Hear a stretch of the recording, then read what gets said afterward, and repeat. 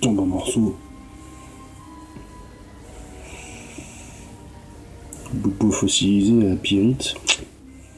Passe pas bien les millions d'années. Ouais, pouvoir le conserver un peu plus longtemps.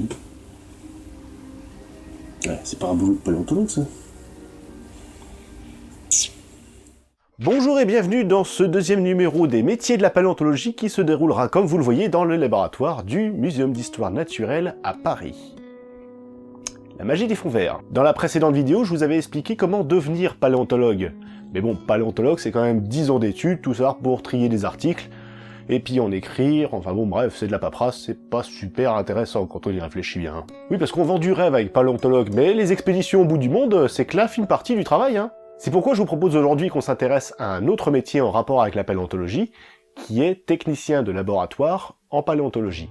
Comme le simple fait de passer le balai dans un laboratoire fait de vous un technicien, non, on appelle ça technicien de surface, donc comme vous œuvrez dans un laboratoire et que vous êtes technicien de surface, techniquement vous êtes un technicien de laboratoire. Voilà, c'est comme ça, c'est tout. Du coup, je vais être plus clair. Je vais m'intéresser par exemple aux litholamelleurs, ceux qui vont préparer les lames minces pour les observations au microscope. Cela peut également désigner les techniciens 3D qui vont faire de la modélisation par ordinateur afin d'observer un squelette ou un crâne sous un angle différent, voire simuler la présence d'un organe. On peut voir ici des doctorants travailler sur le logiciel Mimix. Et je vais m'intéresser également au métier de lithopréparateur, qui est la personne qui est chargée ni plus ni moins de bonifier et de valoriser un fossile. Pour simplifier, les paléontologues vont refourguer aux techniciens un fossile brut, un spécimen brut, qui a besoin de travail. Car selon les besoins et le cadre de la recherche, le fossile a parfois besoin d'être dégagé des sédiments qui l'entourent. Il peut tout aussi bien s'agir d'une roche dans laquelle le technicien doit rendre quelque chose apparent, que d'un spécimen qui a déjà été dégagé mais qui demande du travail supplémentaire, une plus grande précision dans les observations. Ainsi, le technicien de laboratoire est souvent le premier à s'apercevoir de ce que les fossiles réservent.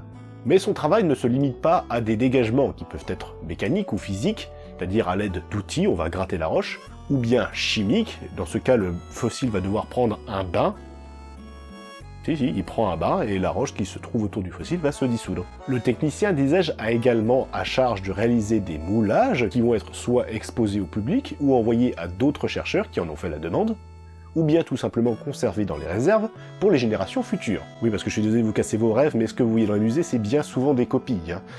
Les fossiles qui ont le plus de valeur sont conservés, eux, dans les réserves. Le fossile a également besoin d'être protégé, puisque une fois sorti de ses sédiments, il est forcément beaucoup plus fragile, à la fois soumis au temps, mais aussi aux manipulations des chercheurs qui vont l'étudier. Le technicien doit donc s'assurer que le fossile qu'on lui fournit doit être rendu dans l'état d'être manipulé et conservé. Cela peut être une résine qu'on va appliquer sur le fossile, qui va le protéger de l'oxydation ou qui va le durcir afin d'être conservé plus longtemps, mais on peut également lui conserver un petit abri, on appelle ça une chape, encore une fois en résine, sur mesure, et qui va lui permettre d'être conservé aussi bien dans les réserves qu'il ne l'était dans la roche. Oui, parce que c'est quand même dommage que des trucs qui ont survécu des millions d'années dans la roche finissent en poussière au bout de 10 ans.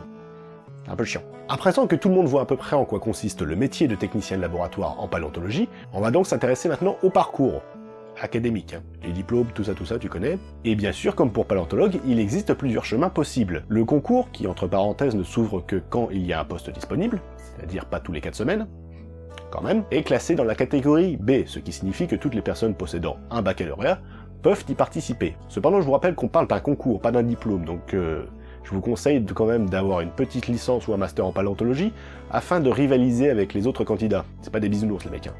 Ils ont fait le Vietnam et tout. Pour en savoir plus sur le cursus LMD, licence, master, doctorat, etc., je vous renvoie à la première vidéo donc sur le métier de paléontologue, mais vous inquiétez pas, je vous mets un lien à la fin quand même.